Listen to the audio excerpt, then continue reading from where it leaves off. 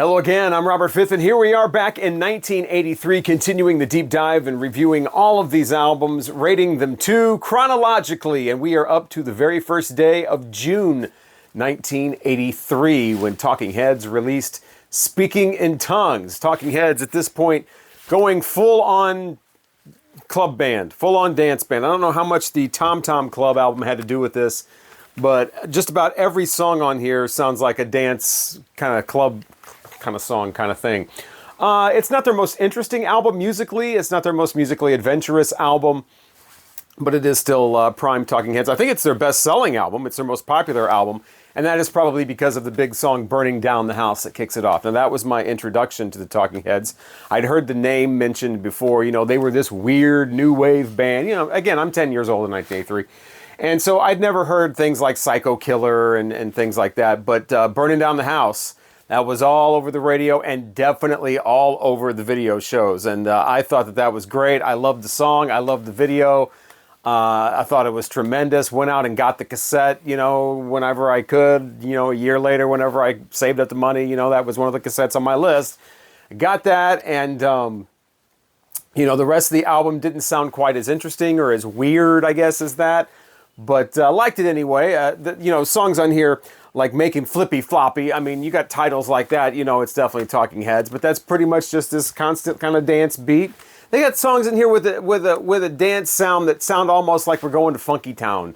You know, I Get Wild, Wild Gravy's kind of like that. A lot of the songs on here, because I had the cassette first, then I got the record. Because the record was 99 cents. And I found out that the record, a lot of the songs were shorter.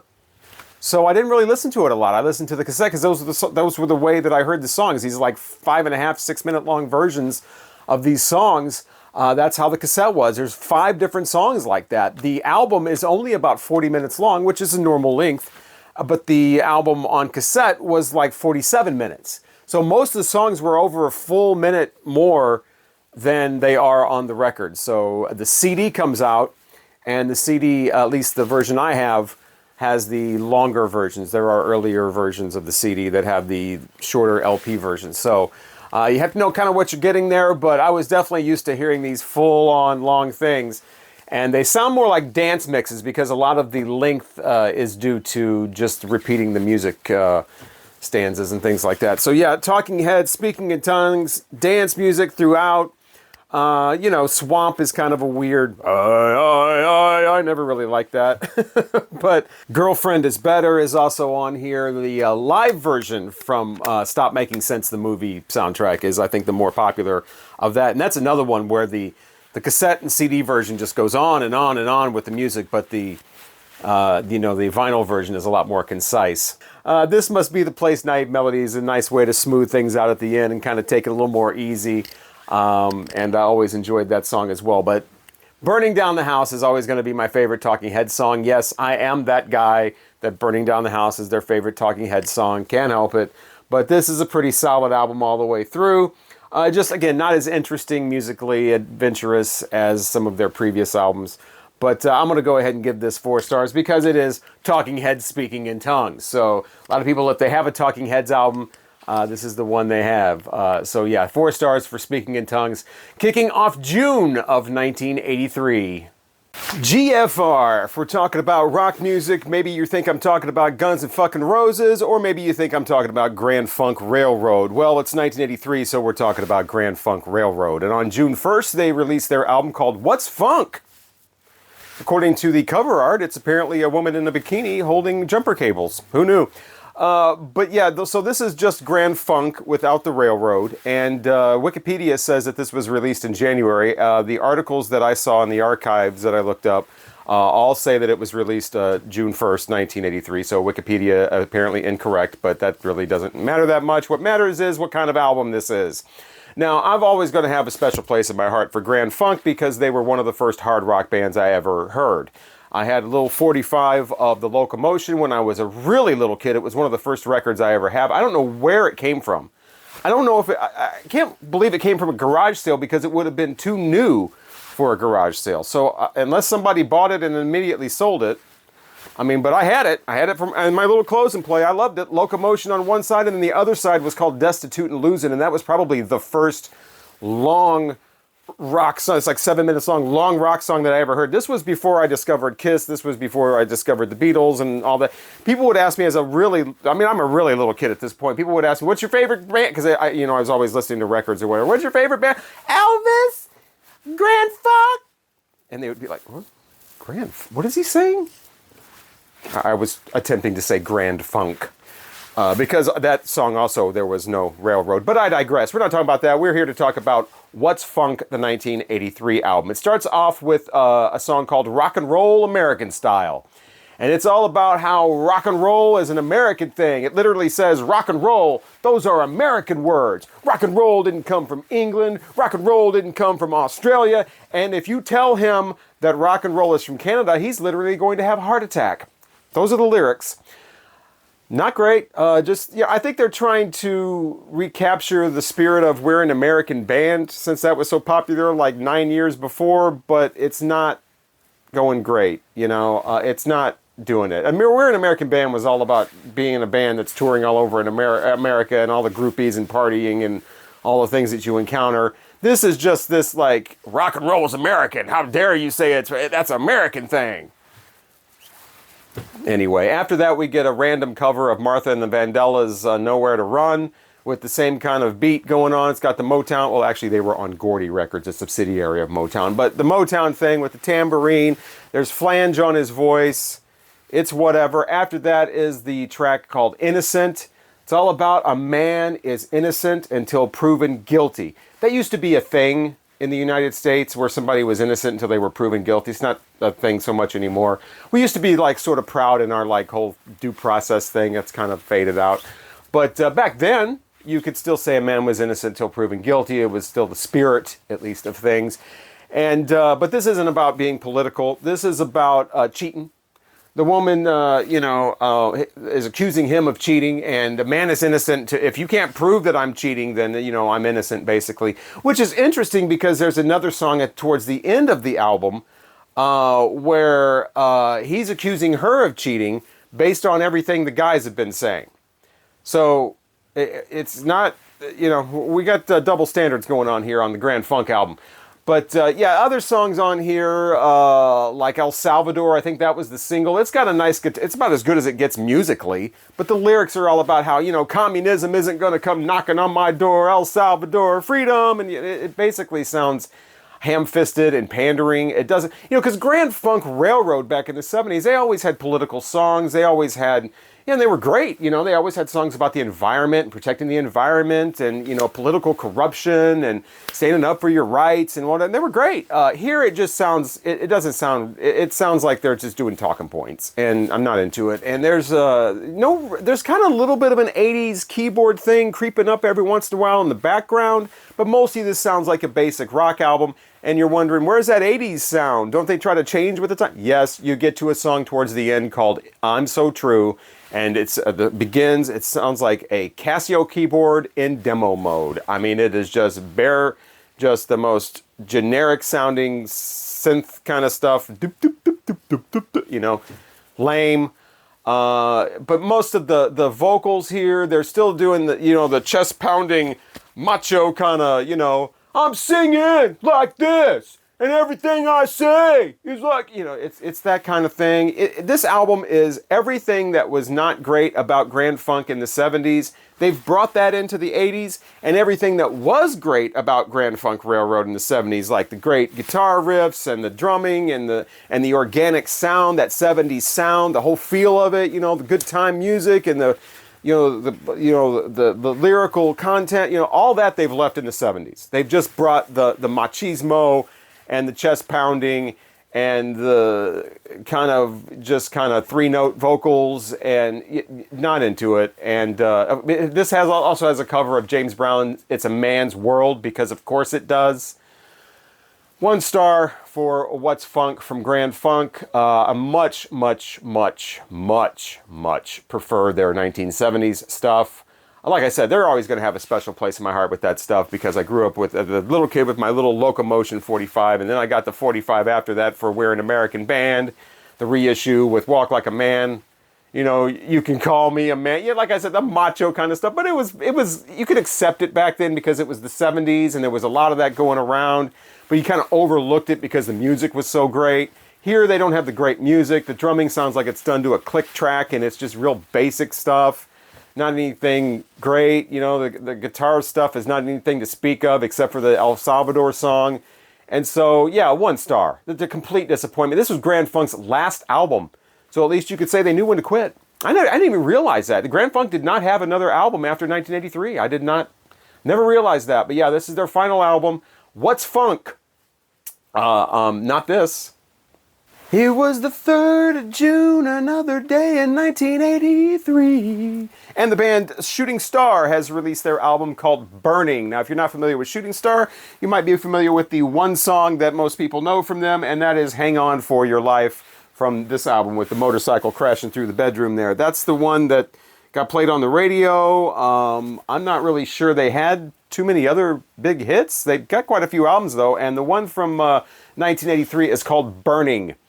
And this is another one of those bands from the 70s that are still trying to be relevant in the 80s, so they've added a keyboard, and they're, you know, sweeping along with that, and it's another one of those albums that starts off with this keyboard synth kind of intro, you know, minute long. There's a few like that, start off like that, and this one doesn't sound so much like a newscast intro. It sounds more like the type of thing that HBO or Showtime would play at, you know, when something is coming, like between the movies, like coming up on Showtime tonight. The boys from Porky's have a blast in Porky's Revenge. And later, it's high drama Out of Africa, starring Meryl Streep and Robert Redford. And then, the mob tried to give Arnold a raw deal. No one gives Schwarzenegger a raw deal. Tonight on Showtime. It's that type of thing that would play under that. That's what starts it off. And then we get into just a lot of basic AOR with the keyboard kind of in the background.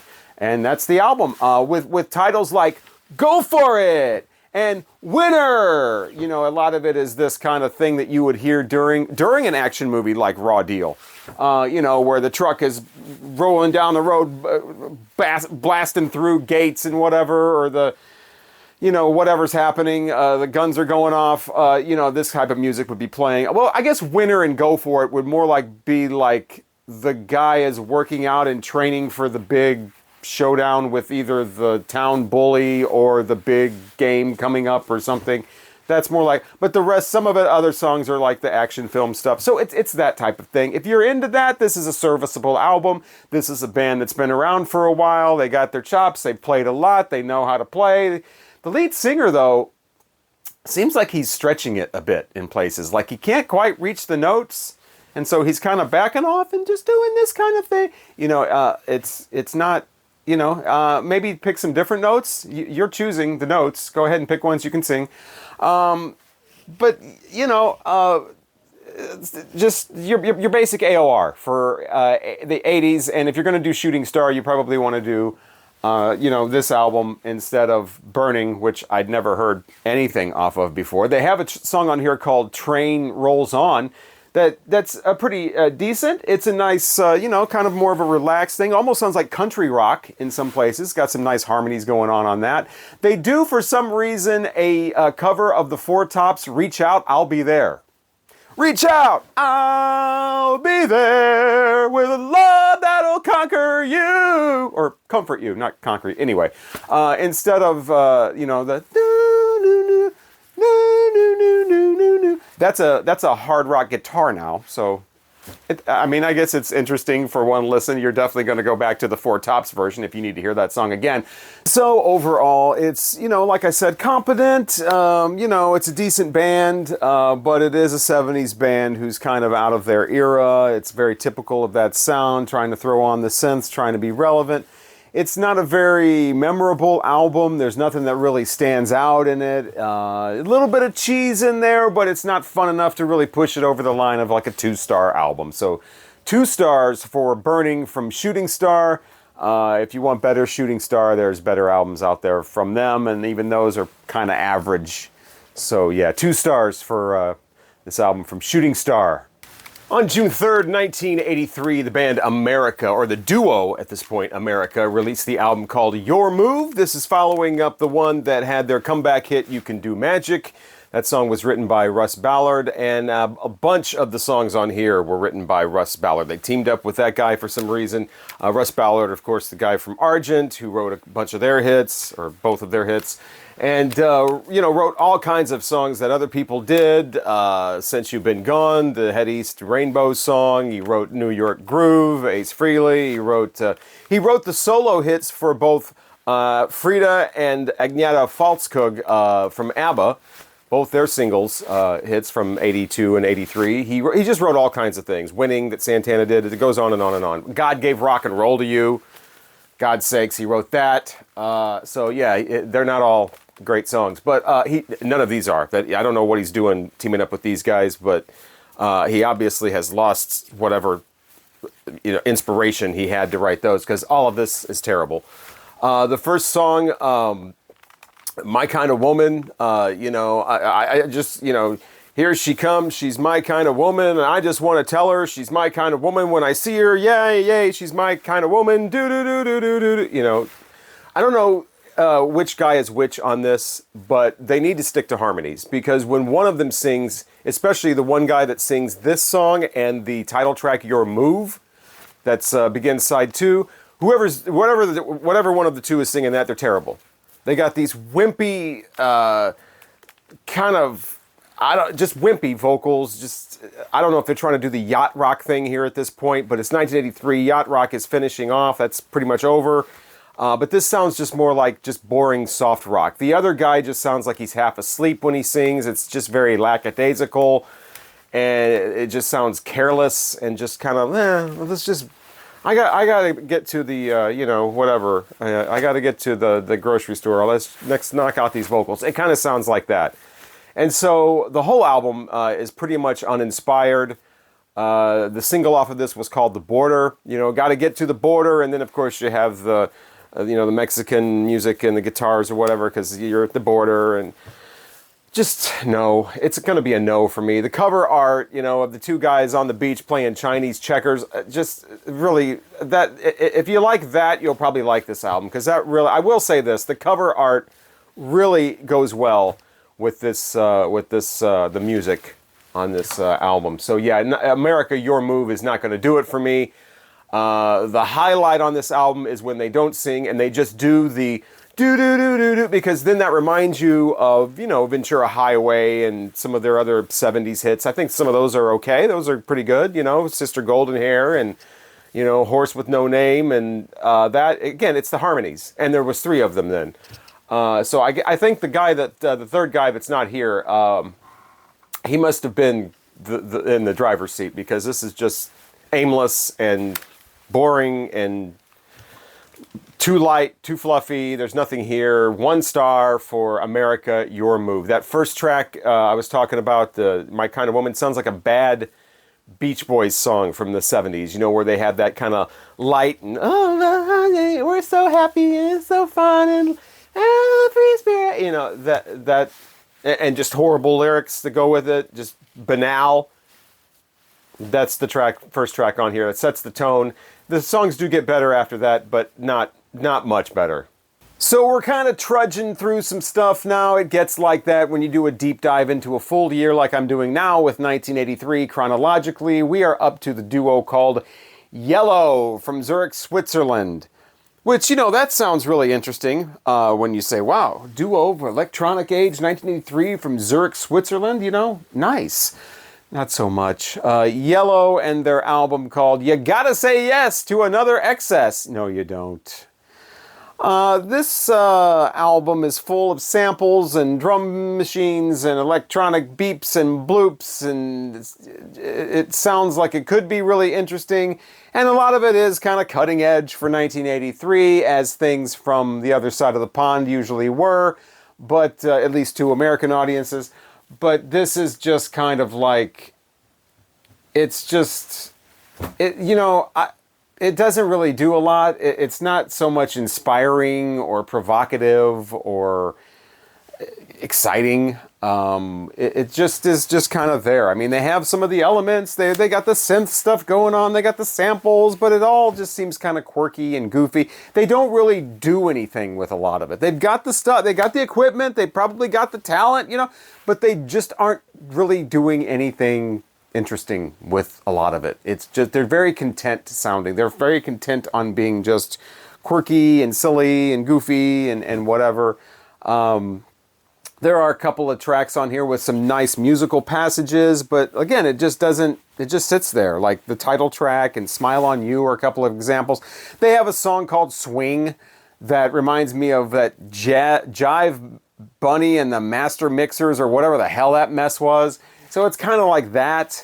If you're not familiar with Yello, yes you are. You're at least familiar with their one song. And it's not on this album. It's on the album, like 2 albums. They have plenty of albums. Their albums just keep going and going and going all the way until the 2020s. So somebody likes them. But they had a huge song called Oh Yeah. And that used to get played in a lot of 80s movies. Primarily, my God, the horrible Ferris Bueller's Day Off. And yes, I'll say it right now. I understand. I know. I'm the only person in the entire galaxy that does not like that movie. I've never liked that movie. I don't think that movie is funny.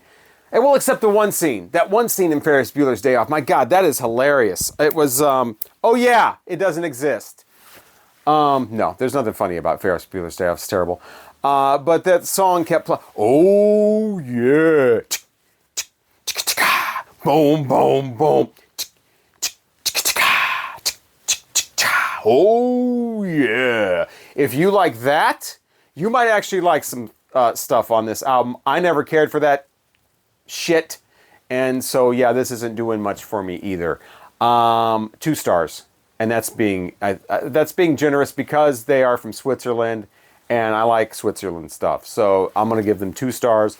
But yeah, you got to say yes to their excess. No, I don't. And I don't have to sit and watch fucking Ferris Bueller's Day Off. Horrible movie. My God. I mean, I like a lot of the 80s movies that are iconic. I saw a lot of them when they were new, or at least when they first were out on video. I saw Back to the Future in the theater. I saw The Golden Child in the theater. You know, I saw a lot of those in the theater. Adventures in Babysitting. Now that's a stellar movie right there. But not Ferris Bueller's Day Off. And that stupid song from this group. So it's kind of been slim pickings in the funk department for 1983 as far as quality, top-notch stuff. It's definitely not the 70s, so again, I'm going to be grading on a curve for 1983. I'm pretending that there's no other albums that exist other than those from 1983, going from 1 to 5 stars. So we are up to some funk from Kentucky. They are Midnight Star and their album No Parking on the Dance Floor. I have always loved this album cover, especially. That just looks like a lot of fun with this dude over here like, what? Wait, who parks on the dance floor? The song actually means don't be standing around on the dance floor. You gotta dance. And the cover here suggests that somebody just went ahead and pulled up a car and parked it on the dance floor. That's quite bold. Yeah, Midnight Star. This is definitely one of those albums where side 2 definitely beats side 1. Side 2 is where all the fire is, but it does start off with a cool, like, you know, that electro-funk kind of stuff with electricity. Then you get kind of a forgettable tune with Knight Rider, but then slows down for this slow jam called Feels So Good. Let me hear you say, oh, oh. Let me hear you say, oh, oh, oh, feels so good. That's how that one goes. Wet My Whistle is kind of forgettable as well. But then side 2, like I said, that's where the party starts with the title track, No Parking on the Dance Floor. And then if that's not enough, after that, all freaks to the dance floor. It's time for Freakazoid. Yes, the 8-minute album version. I'll be your Freakazoid. You can wind me up with all the robot vocoder, you know, vocals and all that. If you're looking to do the robot, that would be a great song to do it to. Freakazoid from Midnight Star. Definitely a classic there. You get another slow jam after that called Slow Jam. And you know DJs love to play this back in the 80s, I'm sure, because it's all about a DJ. You know, you want the DJ to play that slow jam so you can get that grinding on the dance floor with your baby and then Playmates. It's okay. That song ends it. So yeah, the 2 big fire, though, I mean, one right after the other, No Parking on the Dance Floor, and Freakazoid from Midnight Star. You gotta love it, man. This this album cover, those 2 tracks, a couple of nice slow jams in here, and you got yourself a 4-star album. Again, grading on a curve for 1983. 4-star album from Midnight Star. Pretty fun stuff from this band. And their next album I have never heard all the way through, so I might have to check that out. I know it's got a couple of hits on there that I know, the 1984 one. But yeah, Midnight Star, excellent stuff there. Going by 1983 funk standards, definitely. It's garage rock from the 60s done in the 80s. It is the band The Fleshtones and their album called Hexbreaker that was released on June 7th, 1983. They're one of those bands that I'd heard their name tossed around. I might have heard a few tracks, but I've never heard a full album all the way through until I did for this series. Listen to this one 3 times. It's enjoyable. Basically, they've got their sound, which is a throwback to 60s garage rock, but I love the way that each song on here is a different a variety of 60s garage rock. It starts off with a track called Deep in My Heart. Now that one is more focused on the garage rock organ. You know, the guy with always got that red and black organ, he's playing along, so they got that pumped up in the first track, Deep in My Heart. That is followed by the track called What's So New. Now that's more of a poppy, side of 60s garage rock with some, nice hand clapping rhythms going on. Then it's Screaming Skull. That's where the saxophone is introduced. So you got the sax version of 60s garage rock.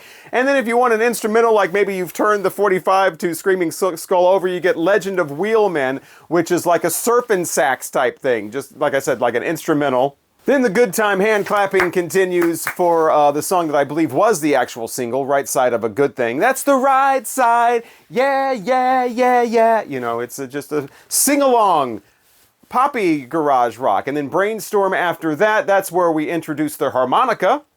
So we got the blues kind of harmonica kind of garage rock, and you're like, now you're, 2/3 of the way through this album, you're like, garage rock? Yeah, but where's the fuzz guitar? This House is Empty is the song where the fuzz guitar is introduced. And so it's like listening to a collection of garage rock from the 60s on 45s, and each one's from a different group. And like I said, you got the surf one, you got the saxophone one, you got the organ one, you got the fuzz guitar one, you got the poppy one. Yeah, yeah, yeah, yeah, yeah. And that's the Fleshtones. It's pretty baseline produced. It doesn't have a lot of big surprises or big flourishes. Like I said, these guys sound like a garage rock cover band, but they're fun. It's fun. I appreciate what they're doing. But if I'm going to listen to 60s garage rock on a record, I'm probably just going to listen to something from the 60s. I bet these guys are a blast live, though, or at least they were. I'm not even sure if they're still around or not. But in the 80s, this was probably one of the bands to go. You take your friends out, you have a great time reliving a past that you were not alive for. Or at least maybe you weren't old enough to go out. Or maybe you were and you just want to relive that past. But yeah, that's what I think the Fleshtones' main purpose was. To be a live act that you go out and you have a good time seeing, because you can't see those great 60s garage rock bands anymore. But as far as the record, it's a decent listen. You know what? I'm going to give this 4 stars because I appreciate what they're doing. I think they did it really well. It's not exactly the most original sound in the world. Like I said, they don't take a lot of chances. They don't go in a lot of wild different places and add their own approach here and their own style here, but it is like a great compilation of 60s garage rock of songs that you've never heard before because they didn't exist before 1983. So yeah, the Fleshtones and Hexbreaker, 4 stars. Let's give it up for them. It's another year, another Diana Ross album. She was coming out with about one a year, and on June 9th of 1983, she released one called Ross. Now, as I'm listening to this in its entirety, I'm not recognizing any of the songs on here at all. I don't think any of these went on to become big hit singles. I don't think this album was a big seller. I don't even recognize that cover art. I don't know if I've really seen this album before. But now that I've heard it, I have found out some things about it. It's produced by Gary Katz, who produced a bunch of the Steely Dan albums. So she's teaming up with the Steely Dan guys. She even got Michael McDonald writing the first song and providing some background vocals on the song That's How You Start Over. And that's a pretty good song to start off an album by Diana Ross in the 1980s. I mean, this whole thing is well produced, decent songwriting on here. Most of it has to do with relationships and either falling out or trying to get back together, or hey baby, you're so hot, come on over, let's do it. That type of thing. And Diana Ross, you know, it's Diana Ross. So, you know, her voice is there. Sometimes the music, though, has such a powerful kind of, you know, there's a lot going on with the energy of it and the drums and, you know, the electric drums and the synths and whatever. It kind of drowns her out a little bit. She's never known for having this huge, belted out, soulful voice. She's more of a, you know, quieter kind of vocal, especially on this album. Decent songs though, but this isn't anything that just reaches out and grabs you. There's nothing like, it's nothing like her other album that's has her name on it called Diana, that from 1979. It's definitely not that one with, you know, I'm Coming Out and Upside Down and all that, where just dance floor burners. There's nothing like that quite on here. There are some that kind of come close, but they are the two songs that are written, or actually produced by Ray Parker Jr., especially the one called Up Front. There's another one called Love or Loneliness that's decent, but Up Front is probably the best track on here. It's the one that sounds more like 1983. The synths are up, it's cranked, it's got the energy, it just, you know, it's this kind of thing. A lot of the other tracks on here actually sound a little more like they're from the disco era. So this sort of sounds a little bit outdated. And back in 1983, I mean, there's a major difference between 1980, 79 and 1983, even though it's only a 4-year period. I mean, there's a definite, you did not want to sound disco in 1983. You would definitely sound outdated. And some of these do sound like they're from the disco era. Now, Diana Ross is coming out with so many albums at this point. She's not even having, you know, unique names to them. There's already been an album called Ross that apparently came out in 1978. So only 5 years ago, she already had another album called Ross. This is a different Ross. She had one called Diana in between. So I wonder if she ever had one called Diana Ross. I don't know. But yeah, so this is the kind of album that you put on if you like Diana Ross and you're going to be doing the dishes, or you're going to be like doing some stuff around the house, sorting through some old boxes, you know, looking through some old letters, whatever. You're doing something with the kids or whatever, and you just want some nice background music that's not going to be awful, but nothing that's going to demand your attention and be like, oh, drop everything, I got to dance.